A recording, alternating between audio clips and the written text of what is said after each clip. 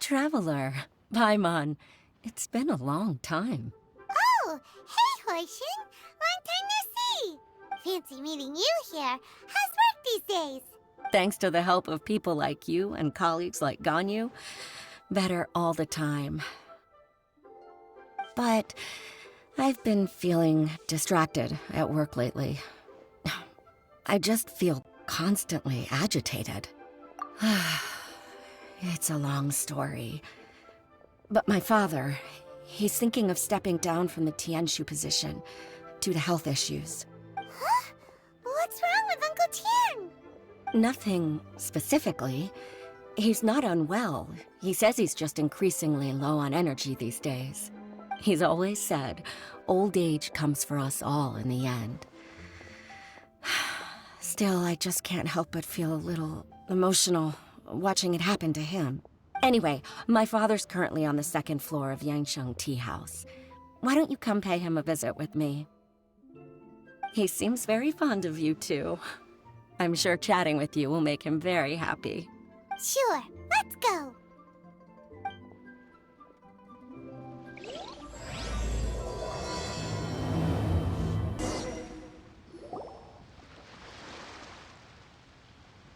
Uncle Tian, we're here to chat with you. Oh? What a lovely surprise. Welcome. Hoishin, why don't you go downstairs and get the shopkeeper to make us a fresh pot of tea?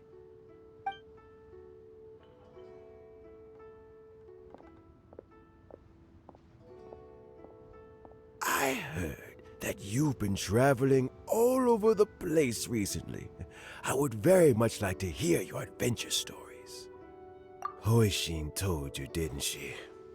Don't worry, I'm quite all right. It's just the years gradually catching up with me. As I grow older, I'm starting to find that with many things, though the mind is willing, the flesh is weak. Especially recently, I've noticed a rather drastic drop in my energy levels. I am still very much in good standing as the Tianshu today. Nevertheless, I wish to pass on the position before my mental acuity begins to decline beyond redemption. How difficult is it to transfer the Tianshu position? Oh, well, you see, the Tianshu is a rather unique position among the Liyue Qixing. Historically speaking, the Tianshu rarely appears in public. We stay behind the scenes, planning and giving advice, so a public selection process would not be suitable. We also want to keep any prospective Tianshu candidates free from influence by outside forces, so we tend to be as discreet as possible in their assessment and appointment. For these reasons, the incumbent Tianshu typically recommends their candidate of choice, and this is then approved by the other Qixing members. So in other words, you pick someone, and then Lady Keqing, Lady Ningguang, and the other Qixing appoint them? Correct. Unfortunately, due to my health, I won't be able to assess every candidate myself. Not to despair, however, because I found someone exceptionally capable to act on my behalf as assessment officer. In fact, I believe you recently became acquainted with her yourself. Oh? Who is it? I'm heartbroken. I thought it might take you a little longer than this to forget all about me. It's Yelan! Jackpot. Uncle Tian here asked me to assess 3 candidates for him. Fancy joining me? You'll be among the first to get to know the next Tianshu. Might be a good opportunity for you. What do you think? Paimon thinks so too. It can't be a bad thing to be on good terms with a new Qixing, right? All right then. Though, I gotta say, Uncle Tian, you say you're into behind-the-scenes planning? My work's of the covert variety, too. Don't you think I might make a good Tianshu? Huh? Yelan, you want to be the next Tianshu? I'm not opposed to the idea, but I suspect Ningguang wouldn't let you go very easily after how long you've been working together. So, how about this? If your investigation reveals that none of the other candidates are qualified for the position, I'll recommend you for the job. Deal. Well, you guys take your time. Everything's all set for the assessments to go ahead. Meet me on the first floor when you're ready. Until then, have a pleasant conversation. Oh, and no need to pay for your tea. As the new owner of this fine establishment, this runs on the house.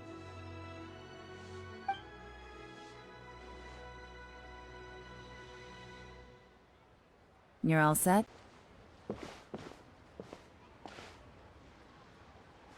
Uncle Tian seems really worn down.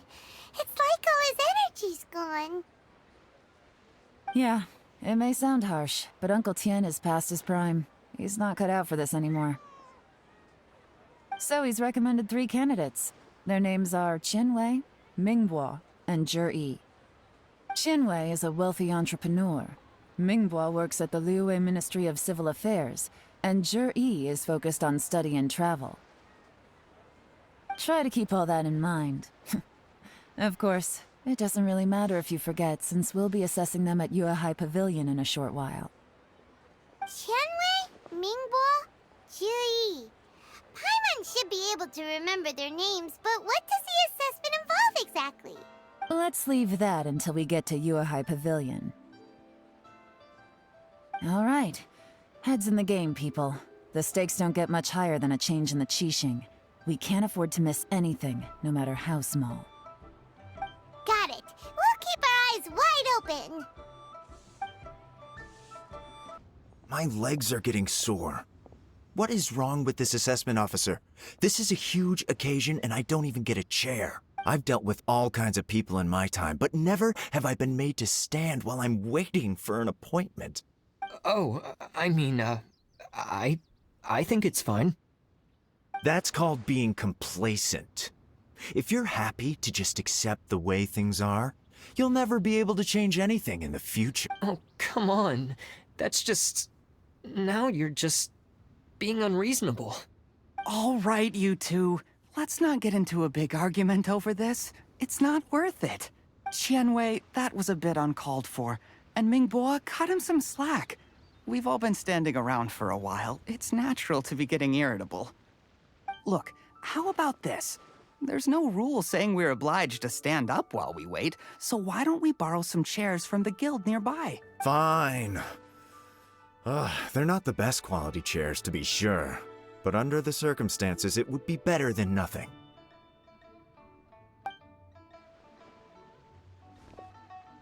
It looks like all 3 candidates have arrived.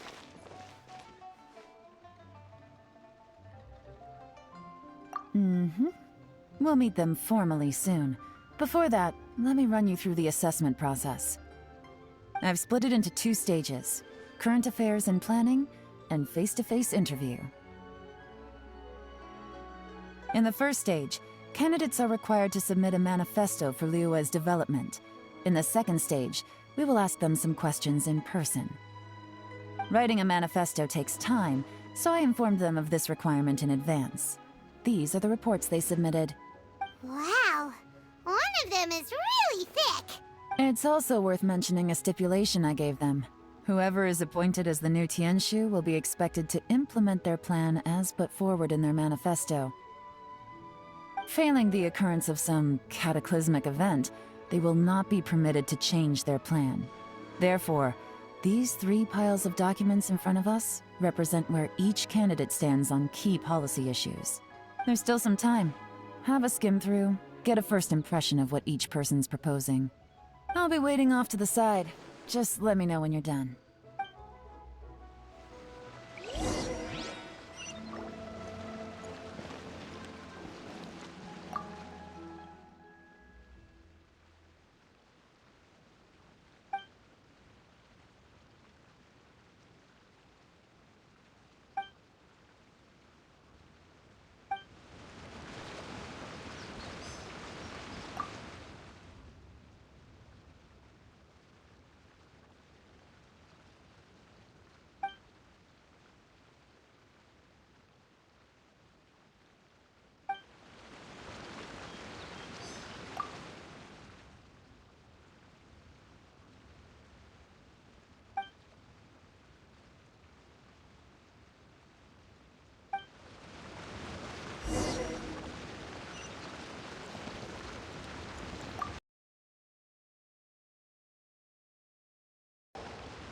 Finished, huh? What did you think? Everyone took it very seriously. Of course they did. They have the chance to be picked as the new Tianshu, so you can bet they're putting their best foot forward. And keep in mind, whoever gets in has to execute their plan as written. Nobody wants to have any regrets. That's for me to know and you to find out. We can talk more after the interviews. We'll see the candidates now. Let's do one at a time. Start with Chenwei. Yes, ma'am.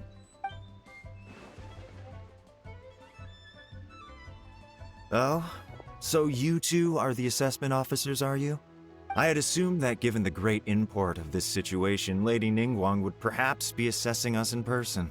I certainly hadn't imagined I'd be seeing two entirely unfamiliar faces. I trust you've read through my manifesto? I'd be more than happy to clarify any details you found difficult to grasp. It was written with an expert audience in mind, after all. Mind your tone, mister. Relax. It wasn't intended as a personal slight against anyone in particular. I was simply stating a fact.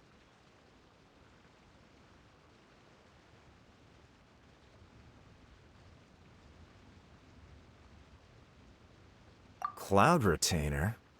You know this Adeptus? Oh, yes, I remember now. You must be the traveler that people are constantly talking about. With your sterling reputation, you must have a respectable level of erudition.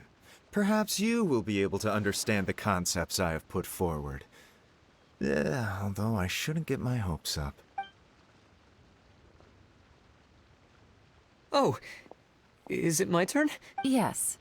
Please introduce yourself. I'm, Mingbo. I work in the Ministry of Civil Affairs. I've worked there for, 9 years, 5 months, and 3 days. In that time, I've handled, 2,347 cases. I have 12 active cases at the moment. They should be concluded in, 16 days? My current work is related to urban planning, and I'm also responsible for, auditing the accounts. To be more precise, there are 3 parts to the accounts, namely... Is it just Paimon, or is he not very good at public speaking? You know what? Let's leave the self-introduction there and move on to some questions. Oh, okay. Sorry.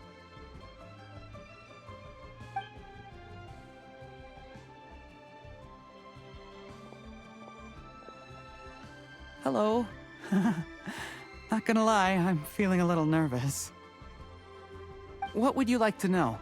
You're here to assess me, so ask away and I'll answer your questions to the best of my ability. Your manifesto is very wide in its scope, but you don't seem to be personally involved in many of the specific fields. How can you be sure that you have the ability to... Very fair question. I completely understand where you're coming from. But I'm confident in my plan.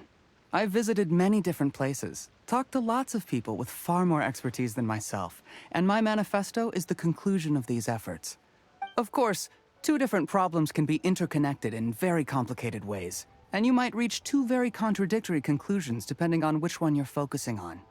What I've tried to do is strike a balance. In other words, present an optimal solution to all the problems as a whole. How do you plan to determine whether you are right or wrong about your proposed solution being the optimal one? A great question. Well, I'd start by having my colleagues and the secretaries of the Yuehai Pavilion evaluate any proposals. If it turned out that my judgment was to blame for poor results, I would take responsibility. Nice answer. All right, next question. He seems like a great guy. Everything he said was thoughtful and logical, and he was just a pleasure to listen to. Here's my take on what we just learned. As you saw, Chenwei is highly knowledgeable. He proposes many excellent ideas in his manifesto which effectively target the big issues. But he is very proud and incredibly stubborn. He doesn't care much about other people's feelings. Mingbo's plan is more thorough and more measured. You can tell he's meticulous in his work, very detail-oriented. But he and Chenwei are otherwise polar opposites. Mingbo is not very articulate and comes across as very timid in conversation. Perfect summary. Paimon couldn't agree more. You're good at this, Yelan. Last but not least, Jur-E. His manifesto is full of pertinent details, his methodology is sound, and his proposals cover a broad range of fields, which is quite a rare feat. The depth he goes into in each and every area means it can only be a product of painstaking work. Plus, he is modest and good at dealing with people. But what really interests me is that many of his views happen to coincide with Uncle Tien's. Having someone like Jur-E take the position would certainly put Uncle Tien's mind at rest. Great! We'll see. Let's go back and report to Uncle Tien.